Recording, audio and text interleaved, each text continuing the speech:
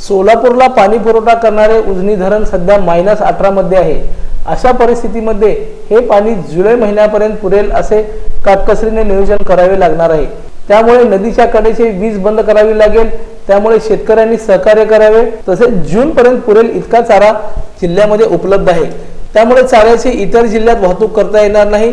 तसे करताना कोणी आढळल्यास नाइलाजास्तव गुन्हे दाखल करावे लागतील असा इशारा जिल्हाधिकारी कुमार आशीर्वाद यांनी दिला आहे।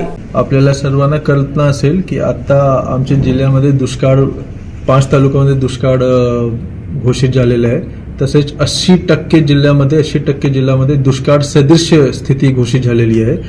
उजनीमध्ये आता जी पाण्याची स्थिती आहे ते -18% वर आहे। मागच्या वेळी तुलनासाठी मी सांगतो, मागच्या वर्षी यावेळी 60-70% पाणी होतं आणि यावेळी -18% वर आहे। खूप विकट परिस्थिती आहे।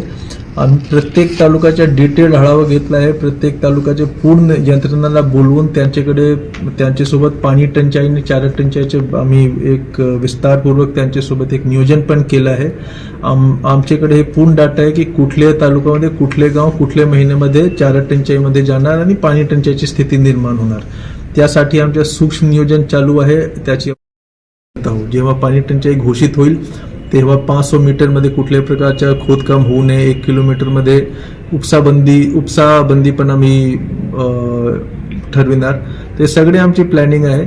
आता प्रॉब्लेम काय आहे की बरेच आमच्या जे जिल्हा आहे त्यामध्ये ऊस वेगवेगळे प्रकारचे फळपिके खूप मोठ्या प्रमाणात शेतकरी घेतात आणि त्यासाठी वर्षभर पाणी लागते।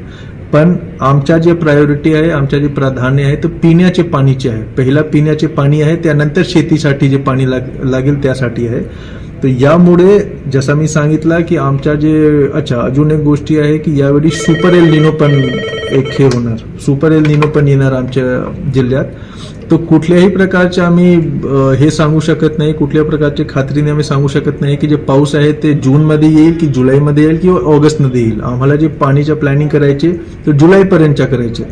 त्यासाठी बरेच जागा आम्हाला लाईट पण कट करावे लागेल, कारण लाईट जर आम्ही सुरू ठेवला आणि त्यावरून पंप लावून ज्या शेतकऱ्यांनी पाणी शेतीसाठी घेतले ते शेवटची काय होणार की जे पिण्याचे पाणी आहे तेच नाही वाचणार।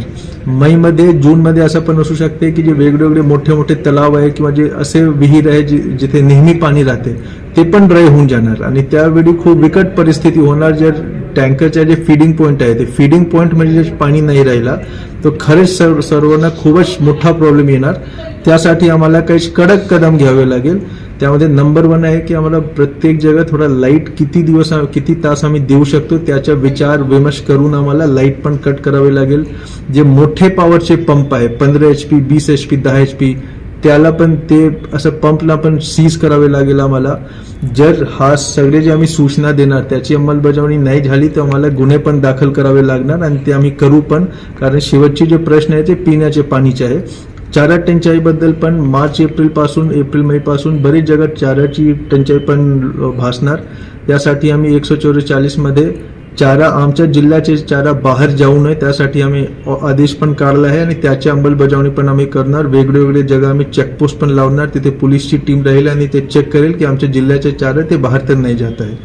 तर हे सगळे जे आम्ही कदम घेणार त्याचे 2च उद्देश आहे की आमच्या जिल्ह्यामध्ये पिण्याचे पाणी जूनपर्यंत वाचला पाहिजे आणि चारा जे आमच्या जिल्ह्याचे चारा आहे ते आमच्या जिल्ह्यामध्ये वापर झाला पाहिजे, ते बाहेर नाही झालं पाहिजे।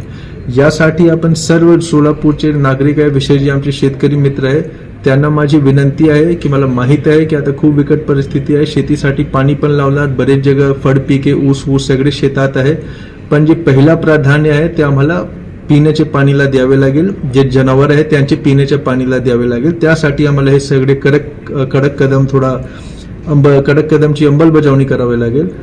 आपल्याला सर्वांना माझी विनंती आहे जिल्हाधिकारी म्हणून की आपण यामध्ये आम्हाला सहकार्य करा, सहभाग करा आणि जर आपली सहकार्य असेल आपला सहकार्य असेल तर नक्कीच आम्ही हा जे वर्ष आहे जे जूनपर्यंत जे आमचा जे कालावधी आहे ते खूप चांगल्या पद्धतीने आम्ही पार पाडू आणि यशस्वीपणे हा ज्या आमच्या जिल्ह्यावर एक जे मोठा समस्या आला आहे पाणी टंचाई आणि चारा टंचाईवर, त्यावर नक्की आम्हाला त्याला हाताळण्यामध्ये यश मिळेल.